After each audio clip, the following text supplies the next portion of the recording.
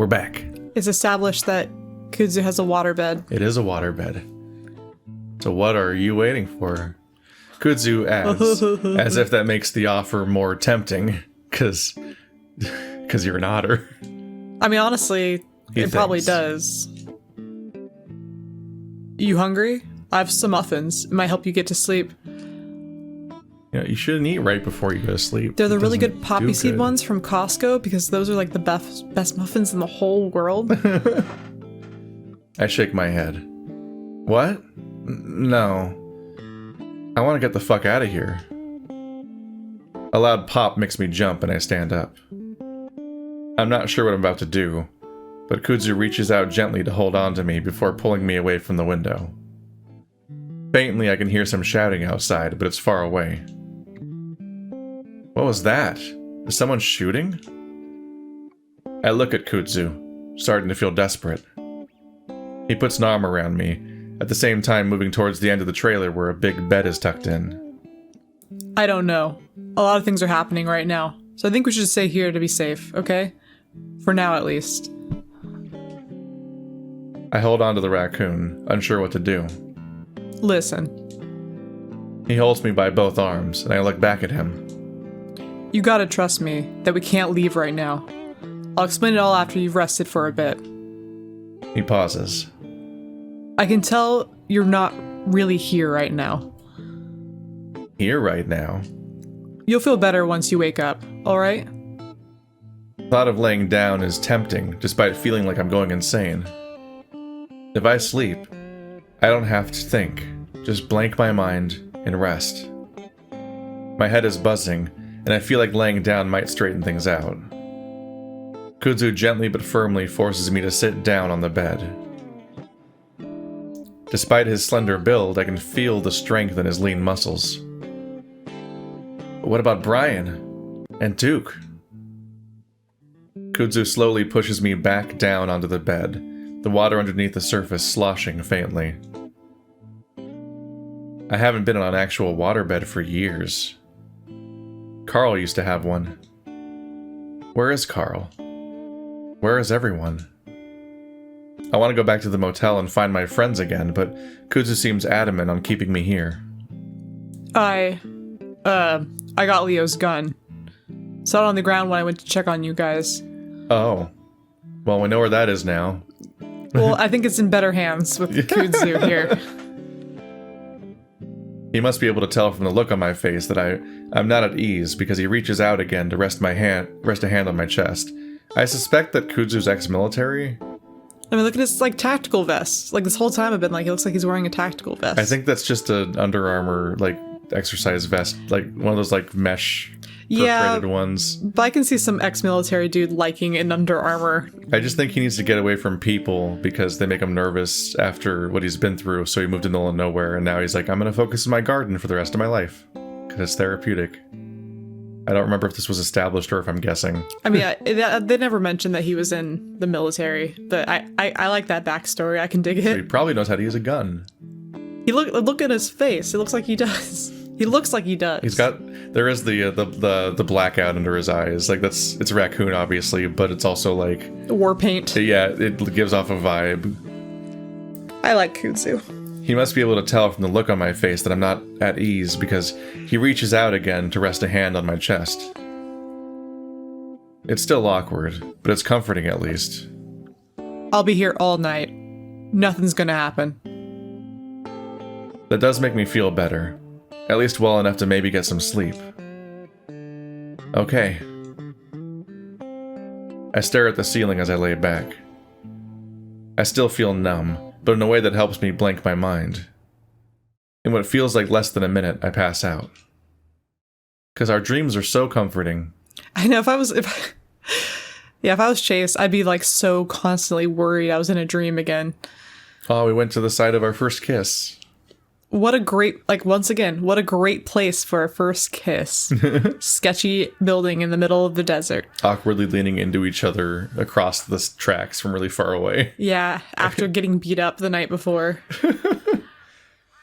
I mean, Chase just always is... physical trauma is just how he gets through life, apparently. It's his love language. Oh, no. I feel like if I keep walking along the train tracks, I'll be able to find my way out of here.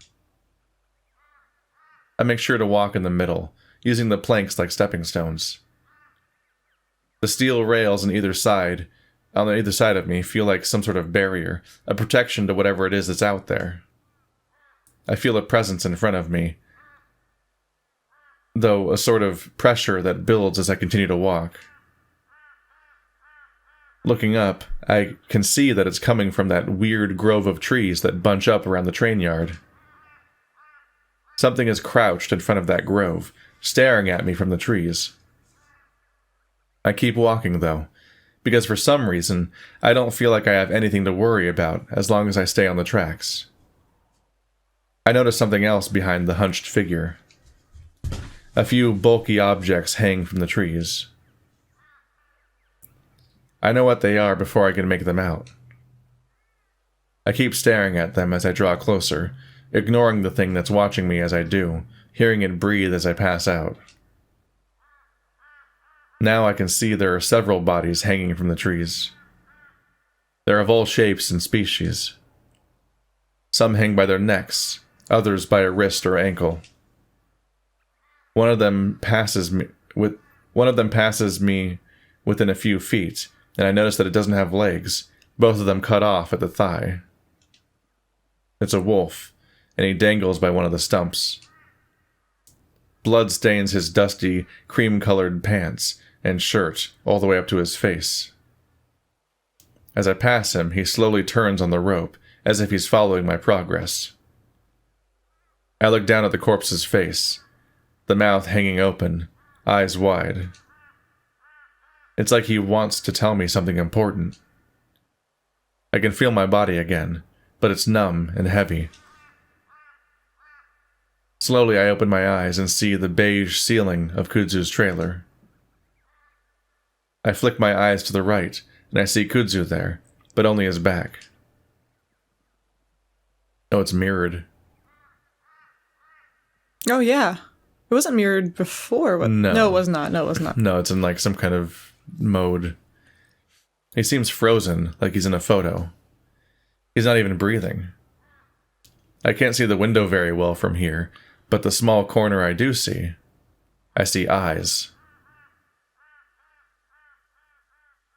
Chase, Great. you want to just like never Come back sleep here for the rest of your life? Yeah, never sleep and also never come to here again. Ever. I really hope that this Please. is just a thing that happens to him in Echo, and it's not as if he has horrifying dreams every night of his life, because his dreams are pretty fucked up. Yeah, I don't know. But he does have sleep paralysis, and just kind of, he seems to be familiar with the idea that he'll just hallucinate all the time, which is just a thing that just happens and you get used to, I guess. Like, Griff talks about that. Like, he just hallucinates when he wakes up on a regular basis, and that's just a thing you get used to. I've known people who were like schizotypal, and so like they have the occasional like, oh, like that's not real, and you just learn to just deal with that. It must be a very strange existence to have. Yeah. So once again we have a reference to the guy that got his legs cut off on the train. Oh yeah, I forgot about that. Clint was so excited to tell us that story. Yes. He was very into it. He's like, I think about this story all the time, and he just tells us after like threatening our life. Yeah, it's the most we've ever connected with him. Yeah, it's like him bonding with us. Is that story? It would have been better without the gun. Yeah. Would have been a better moment. Honestly, I was like, interesting story, dude. You could have just told me at like the diner. You didn't need to do this whole thing. But when I wake up, Kudzu is next to me in the bed, his back to me, one of his ears folded under his head. Having been with Leo for a few years, I know that can be pretty painful when you wake up. pinning your ears, something we don't have to think about. So I reach out and try to slowly adjust Kudzu's ear from under his head, but he immediately wakes up. He makes a funny snorting sound before suddenly jerking up halfway off the bed, looking back at me. I smile sheepishly. Sorry, I was trying to fix your ear. Kudzu reaches up, poking at the ear. Ow. Thanks. Right, because he's got little otter ears that don't have the same problems that that Kudzu and Leo would have. Yeah, where you just fold it. You lose blood flow to your ear, I guess. I notice on the bedside table that there's a small plate with what looks like a blueberry muffin on it. Did he bake them himself? Kudzu notices and reaches out for it. You want to eat? I ate a couple earlier myself. I didn't realize how hungry I was. He lowers his ears. Still one left, though. My stomach is settled for the most part, so I take the plate from him. Thanks.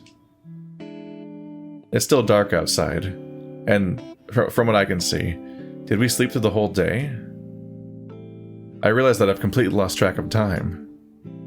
What time is it? Kudzu reaches over to the bedside table, grabbing his phone. 2:30 in the morning. I rub my face. Did we sleep through the day or something? No. You were asleep for like 2 hours. Really? It felt like it had been days since what happened at Brian's trailer. Yeah, I found you around midnight. Kudzu turns nimbly on his rear on the bed, facing me with his legs crossed. How are you feeling? I'm okay. Kudzu gives me a long, hard look. Again, he has the expression of wanting to say something, but he's holding back. What is it? Kudzu lets out a breath. Listen, I'm not going to ask what happened with Brian, but if you ever want to talk about it... Talking about Brian is the last thing I want to do, and I can feel the threat of violent shivers coming up my spine just thinking about him. Kudzu reaches out one of his black hands to rub at my shoulder. Awkward and comforting as always. I've been through some stuff myself. Kudzu catches himself. Not saying I know what you went through, but I know how it can feel having something really fucked up happen to you. I don't think I've ever seen Kudzu stumble over his words like this. I mean, I'm not trying to say that it's comparable if he, Kudzu trails off, seemingly stunned at his own lack of delicacy.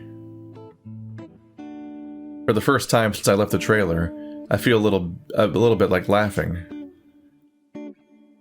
I reach up to rub Kudzu's own arm, feeling like I need to comfort him now. No, it's fine, man. He didn't do anything like that. At least, not how you think he would. Kudzu watches me. I know he's not going to ask, so I go on.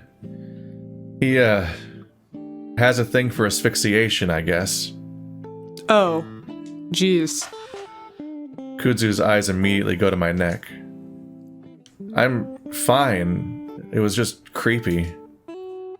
Also, he punched me in the gut so hard that I puked everywhere and would have, like, Jimi Hendrix if he didn't tip me over. Oh. Did Jimi Hendrix choke on his own vomit? I don't know. At least some of the people Scott Bonham did. At least some people that died at 27 did, right? Yeah, probably. Like, I feel like maybe Janis Joplin did. And, Jim Morrison, I think... I mean, I know they OD'd, so you can argue whether or not they choked on their own vomit or not. Bon Scott wasn't 27, but he died of alcoholism, vomiting. Because they did the thing where they didn't put him on his side. Which honestly would make a person feel really bad if you were the person that laid him down and then didn't do it right. Mm-hmm. Creepy definitely doesn't begin to describe it, but I don't think now's the time to go into details. I look out the window again, and aside from a few orange dots of light from faraway lampposts, it's black. So, can you tell me what's going on now? Kudzu runs a hand through his head fur, sighing heavily and looking out the window with me. Sure you don't want to wait until morning? I really don't think I'm going to be able to fall asleep again, honestly. Kudzu continues to stare out the window, and that's when I really start to wonder, what it was that I missed. So, yesterday about noon is when I saw some weird stuff going on. Kudzu looks at me. Your friend, TJ, he came kind of jogging up the road. My mind flashes back to when I saw TJ running past the diner. I hadn't had time to really figure out what he was doing before Duke barged in. He said someone was after him and that he needed to leave. He talked to you? Where is he? I feel the fur prickling up all over my body. The thought that TJ might be out there, somewhere in this chaos, is terrifying. How could someone like him survive that? I'm certainly doing a terrible job.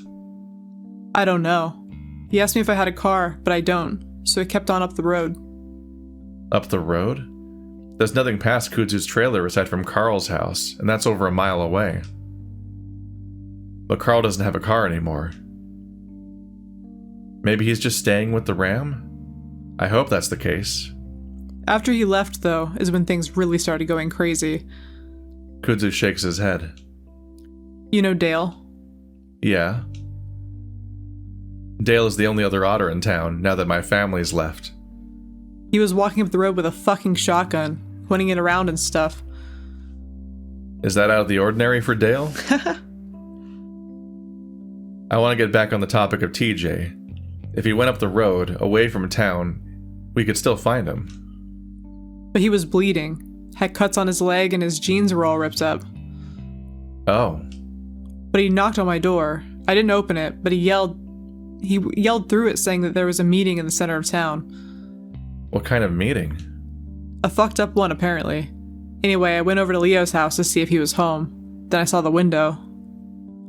Kudzu rubs the back of his neck, his ears lowering. Obviously, I knew some bad shit had happened, but I had no way of knowing what. What happened to his window? Yeah, see, we didn't cover the window part. Because everything we did was at the diner and that's it. Yeah, I'm confused by the continuity because it sounds like we got knocked out at the diner and also Leo was there at the time. But then there was a weird comment about Leo's house when we woke up. Oh, yeah, because if we had picked the other... We speculated that if we had picked the other option, we would have gone to Leo's house and got caught there. Yeah. Because of a comment that was made when we were tied up at Brian's house about Leo's house. Yeah, I'd have to review all this stuff to figure out like if there's like a mistake happening or something. Anyway. Or it's just surreal. Woo. Woo. Anyway. My turn, Keith? Gosh. Anyway, I went to the town center hoping I'd see you two there, but just getting there was crazy. Kudzu looks back at me. Jeremy's house was burning, and Janice's house looked like it had been broken into too. Jeremy's house? That was Jenna's house. Didn't run into anyone until I got to the townhouse. This whole thing is just getting bigger and bigger. While I'd been in Brian's trailer, everything had been falling apart outside. But why?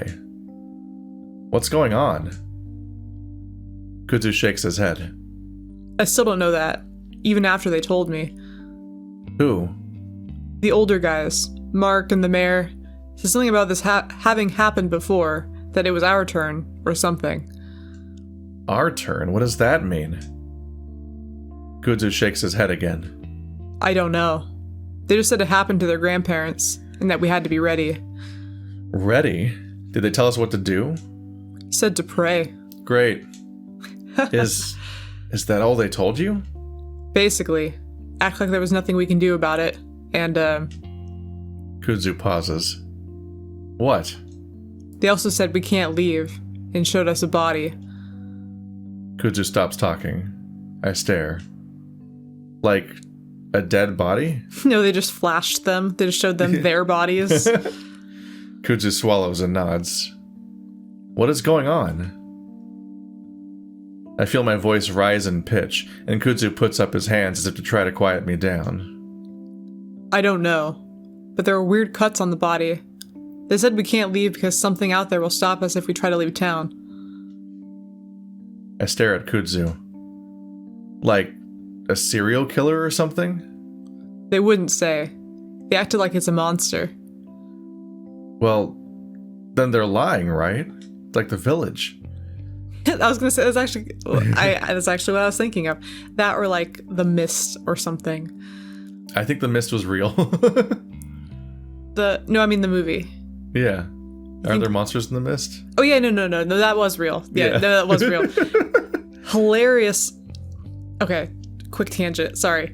Hilarious movie. The ending makes me laugh. I read the short story by Stephen King. It does not end the same way. I was really disappointed because it's a stupid movie. It's so dumb.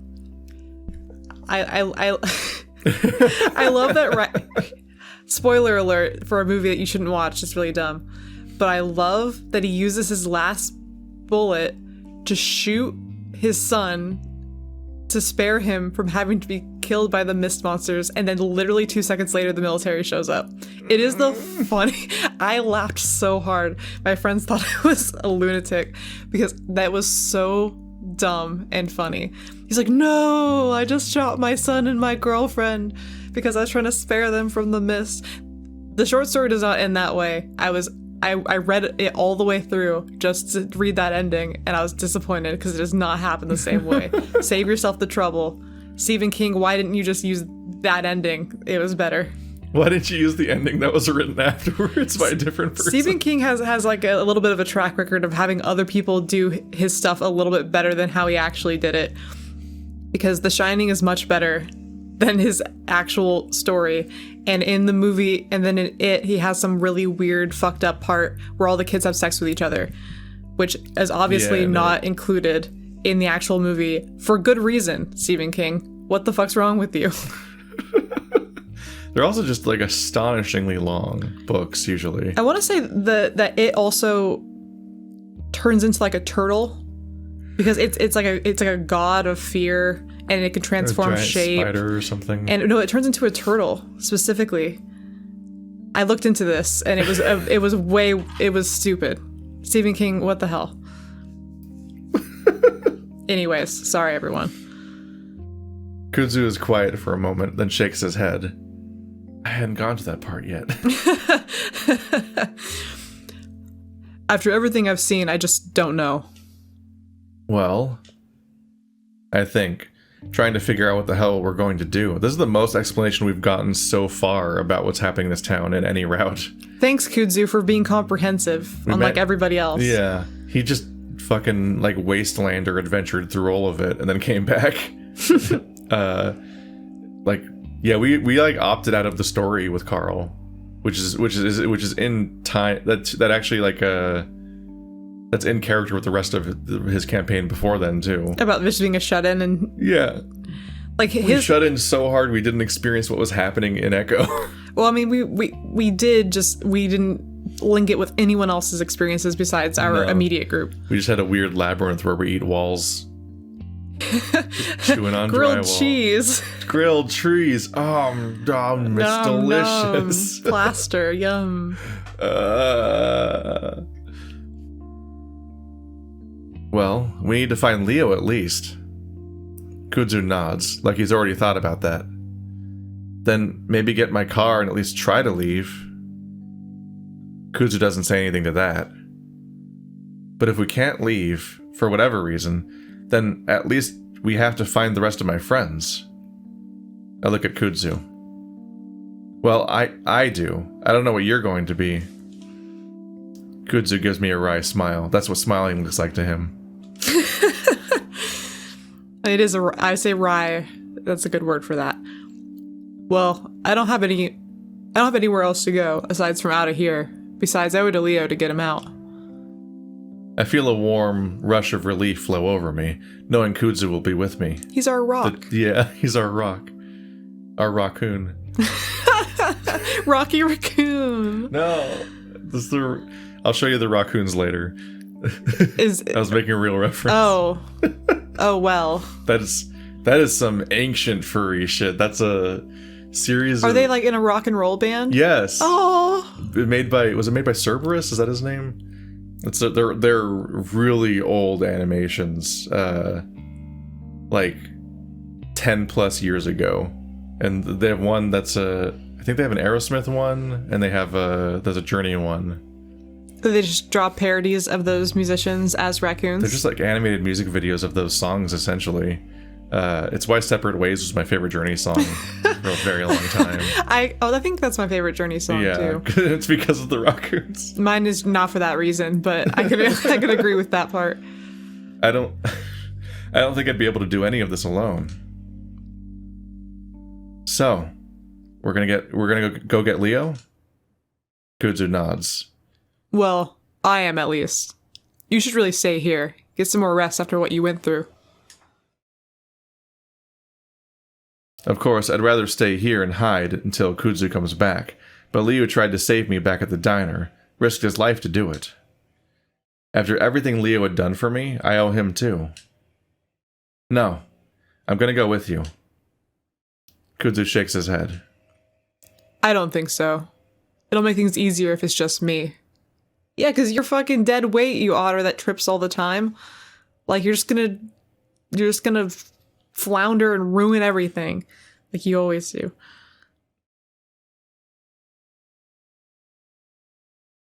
Besides, I'll have Leo's gun with me, in case something goes wrong. He was my boyfriend. I can't just sit here while you save him. Kudzu pauses.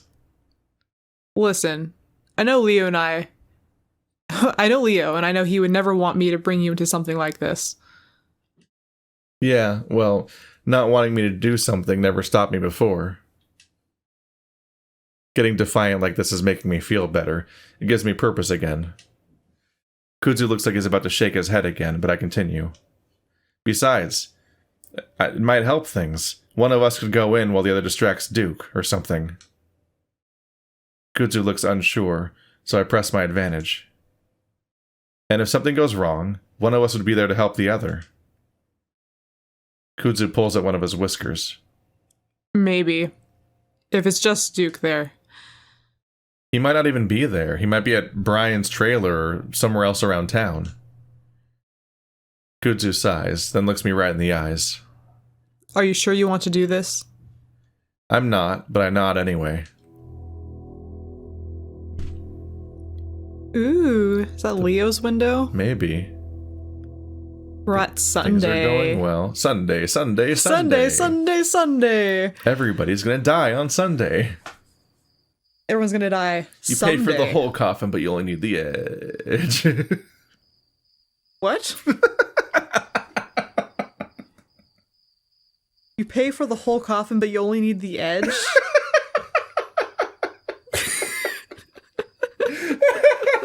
What the fuck does that mean? I was going from the Sunday. Like, announcer voice to like, you pay for the whole seat, but you only need the edge. But it's oh my god, everyone's gonna die. What a so I switched out coffin. Oh my god, it didn't make any sense. It didn't make any sense at all. You pay for the whole burial, but you only need the whole. You pay for the whole coffin, but you don't need it because you're dead and you don't know that you're dead anyway. Yeah, that's a way better joke. It's graceful. It rolls off the tongue. Flawless.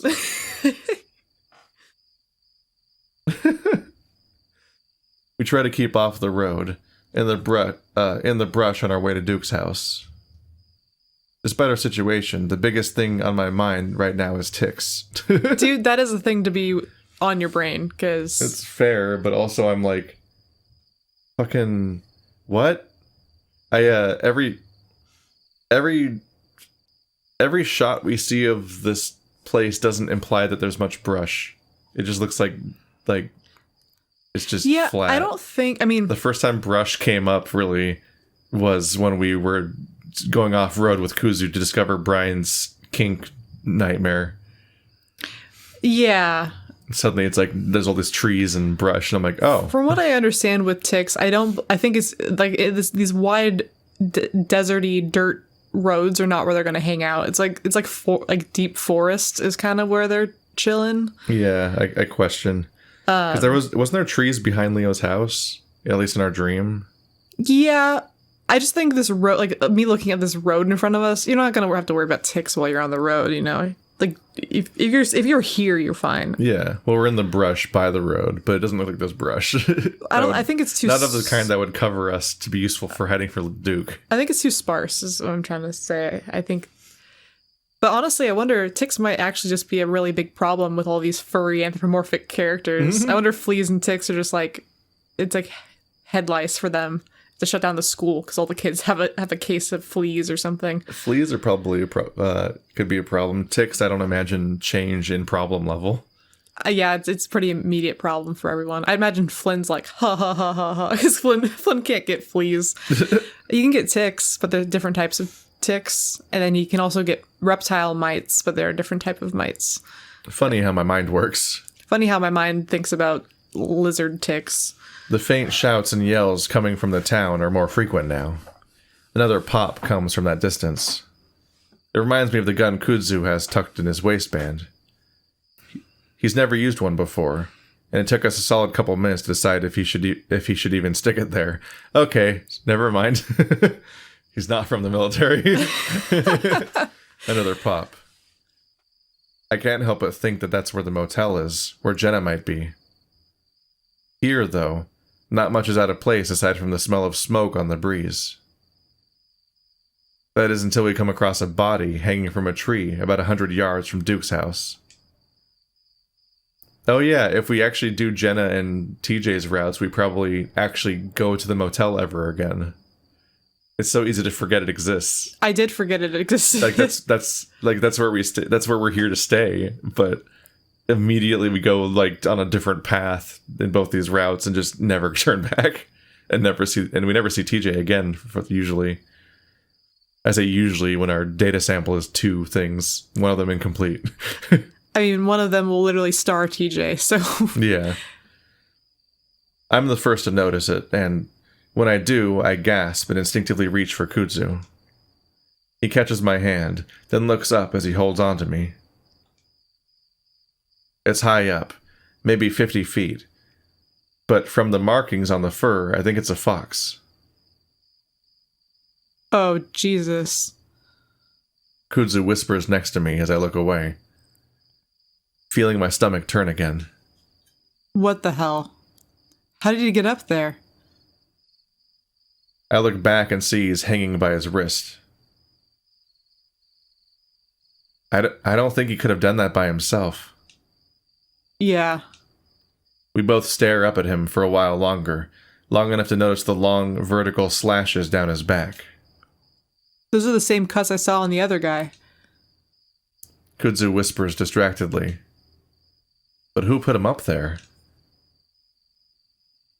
Kudzu's silent, and I keep staring up at the guy, the first dead guy I've ever seen. Suddenly all of my motivation to get Leo starts to evaporate.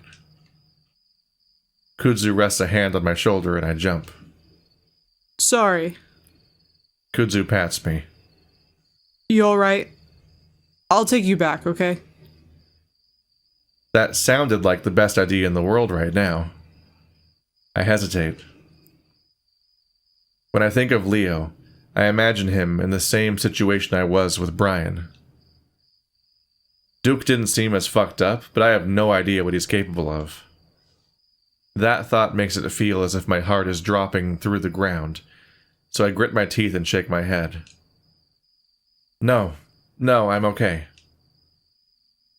Kudzu looks at me closely, then nods. Okay. Let's move back towards the road, though. I don't think anyone is around right now anyway. I want to move towards the road too, mainly because I'm actually starting to worry that moving further away from town really is dangerous. Duke's house is dark as we approach it. As we get closer, though, I see flashes of light from a window well. We both crouch next to the house, behind a small cluster of sagebrush. Alright. So all I can really think to do is knock on the door, see if he's there. I swallow. You'd say hiding, of course, but if he does come out, I don't know, I may try to put him down right there. Then I'd come out and help. Kudzu lets out a low chuckle. Then put you down, like, I might put him down right there, and then I come out to help. Yeah. It's like, what are you going to do at that point, Chase? Like, he already took care of it. I don't know how well you can help if his goal is to draw a gun and shoot him. Like, immediately. I'm helping, jumps in the way. Yeah.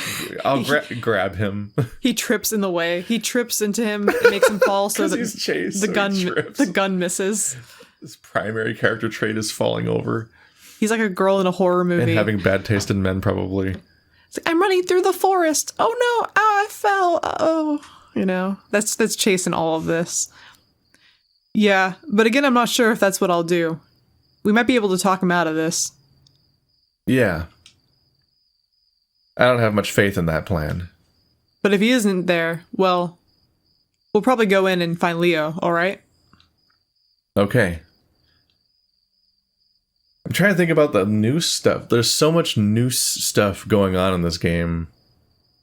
And like, I'm thinking the Brian thing was unrelated and they're just like alluding to it as a thing that's just like a theme that just keeps coming up.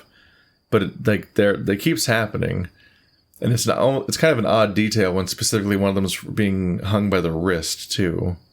Like, was that a thing? That's definitely not how it's portrayed or like what people talk about usually. Being hung by the wrist. Yeah, I'm confused about that too because they said ankles and wrists. Yeah. Which is, I mean, what is the point of that? Is it just I think maybe they're killing them and then they're just hanging them as some sort of like symbol or sign. It makes me think of like animals being trapped and snared and so on. Yeah. And then at that point it's like, does this monster thing, which I imagine is the one that Chase imagined coming after him behind Leo's house. Like, I imagine that it's basically the same monster that's just out there somewhere. And he's, like, manifesting that in his mind. Or maybe even creating it with his mind. I don't know.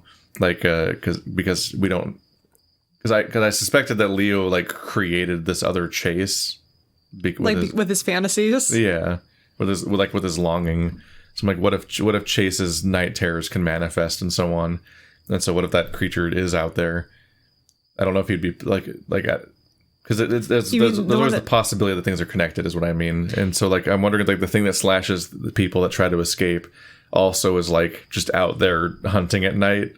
But it just seems weird that you know what? Well, maybe because obviously. What I was going to say is it's weird that Kudzu knew about it before we did, if it's something that, like, we manifested, because Kudzu's the one that brought that up specifically.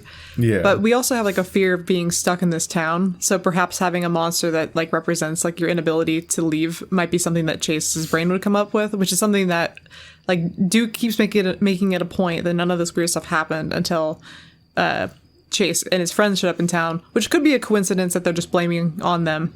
Yeah. Or it could actually be something. We imagined. So as Chase, we had a dream where we were somebody that was out in the woods trying to run back towards the town and then gets killed by the creature. That is, yeah. And then the next day, Kudzu goes out into the town, and the mayor has this body that's been torn apart. And I'm like wondering if Chase, like, if Chase invented it. Yeah, like we don't know the rules here, so I'm just like grasping at like what the connections are. Like, did Chase see somebody else's actual death, and is that the real creature that's out there slashing bodies? And then I'm wondering, like, the people that are hanging by their wrists, like, is this weird nonsense echo horror stuff where someone just gets captured somehow by ghost bullshit and then gets attacked by the monster, or are they being strung up by people that are possessed by these people from an era where like there was a lot of lynching in the first place? See, but and then unrelatedly getting killed by the monster afterwards. I mean, that is possible. Like, it's like some sort of bait trap, but I think of it more so like, why would the monster just slash them and not, I don't know, not eat them or anything? Yeah, like it seems it's like very spiteful. They're just symbolic. But our initial like thought of this all being like a big town drug trip kind of thing is confusing only because a lot of our it's not as if everybody has just individual visions, which is what would happen if that was the case. Like in the last one, we had like a joint trip with all of our close friends in that house. And in this one, like it is possible that we manifested this only because it seems as though everyone's kind of like, I thought everyone was seeing individual things, which is making them freak out and go crazy. But if Kudzu sees that, like, it's possible that Kudzu's seeing a monster that we manifested, because it doesn't seem like it follows those rules of it being like an individual's. I get the feeling that there's only one Silent Hill, basically, and everyone's either in it or not. But if you're not, but like if you're in it, you're still here in the regular world, acting out whatever's happening in the other world. I just don't know why we aren't affected in this run. Or at least yet. Or at least that we know of, I guess. Yeah. Because, yeah, like everybody in the Carl world was all experiencing this weird nonsense version of his house and eating drywall. And we explicitly were like having people getting shaken out of that shared reality one by one. Mm-hmm. And we know that the chase hallucinations are a shared hallucination because both Leo and Duke have seen them. The other chase. Yeah. Yeah. I don't remember if it was... I think it wasn't confirmed, but it's what I figured was probably happening is when Leo freaks out in the bathroom in the middle of that scene, as he probably saw the other chase or something. That's what I thought, too. So I imagine... and there's a whole imagery that's looking at herself in the mirror, that whole bit where we saw our other self looking at us, which is the kind of like literally mirroring like what they're talking about and seeing another chase. So we have a question now of whether the monster's real. So that's not the thought I was having. It's the question we have right now is whether or not this body is real. Yeah. Is this a fake body like the Hanged John Man? Begay? Yeah. Or is there an actual body like Clint? like both have happened in different contexts, and so we don't know if this was a person who people losing their mind killed or strung up and then the monster killed them, or if it's not even here at all and they don't know to check or don't even necessarily know how to even try to check or confirm that. Yeah, you can't really compare anyone's realities for justification in believing anything because everyone's reality is questionable all at the same time. Yeah. So you don't really have like any kind of you don't have a solid leg to stand on in terms of perspective in this whole game. Makes it tricky. My heart rate picks up as I realize how close we are to making this happen. I start to have second thoughts. Maybe we should have at least looked for the sheriff? No. Maybe we should have gone straight to the motel. All right. I can tell Kudzu's nervous too, as he wipes his hands on his tank top before standing up slowly. Just watch from here. If he comes out with his gun, though, I'm not going to try anything. He hesitates. And if I get shot or something, don't help. Just run back to my house and start looking for your other friends, I guess. just move on immediately. Just leave me, yeah. It's very, just distressingly practical. Oh. Leave me immediately. Now I'm really starting to feel unprepared for all this. Everything's moving way too fast. Okay, Chase, here's a tip. You grab a really big rock and you just swing it at his head. That is the most applicable strategy in this setting. Like, please don't punch him again. Yes. Please don't try to punch a guy and hope it'll work. And you can't always rely on grabbing balls as your primary form of combat. Says who? It's a little contrived. It takes a little practice. You're really gonna get in there, and there's gonna be a hell of an opening. Well, and then there's that one day where you're like fighting a woman. You're just like that King of the Hill episode. It's like, yeah, you're screwed. There isn't really any time though. We have to save Leo as soon as possible.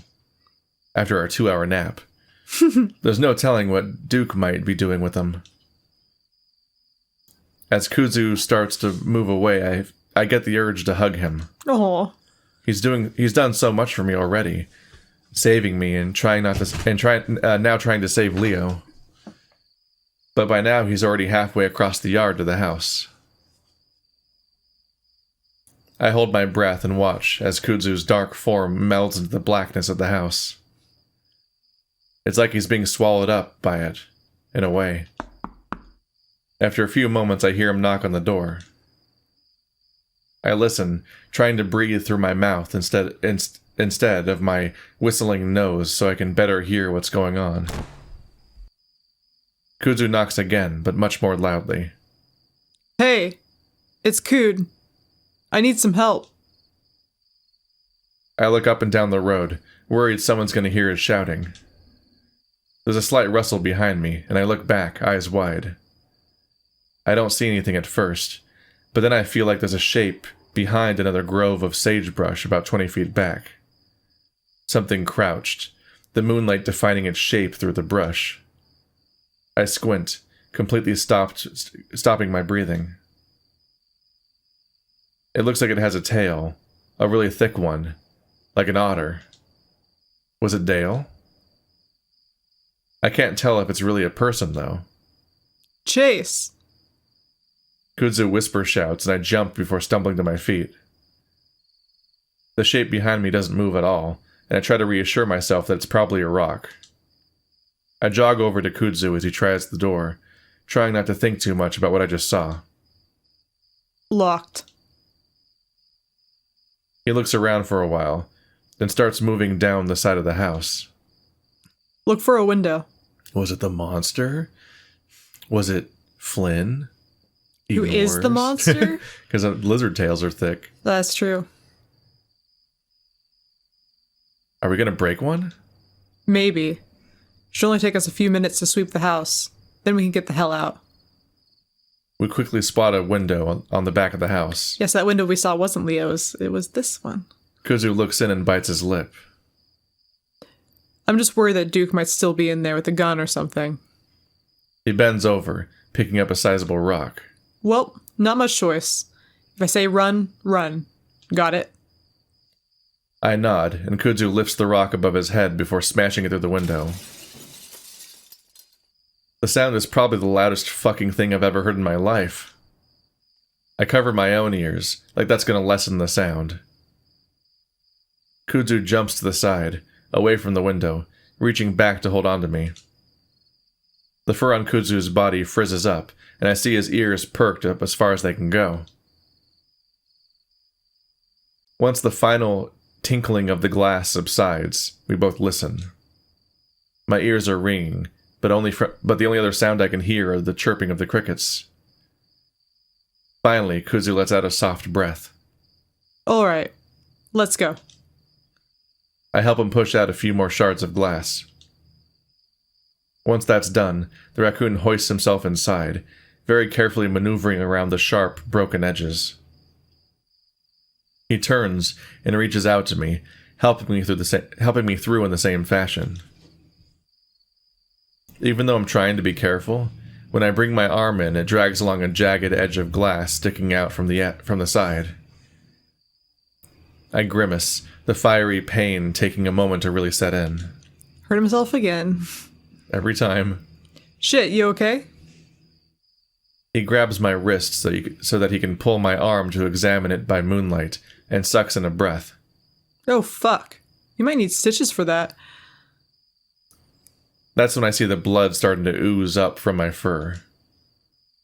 It's only about an inch long, but the amount of blood coming out is surprising. Damn it. I'll take care of it after we find Leo. I pull my arm away, despite Kudzu trying to take a look at it. Alright. I can see if we can't find something to wrap it up in. Kudzu starts fumbling along the wall and finds a light switch. Well, this is kind of cozy. I'm surprised to see a fairly quaint and tidy home. Unlike Kudzu's trailer, though, there's barely anything in it. There's a single sofa, and a very old-fashioned TV in what I presume is the living room. There's a fireplace, and a few dirty-looking chairs on the other side of the room. In front of us is a long hallway with a few doors on both sides. Alright, check every room and door. It's not a very big house. Kudzu sets off down the hall.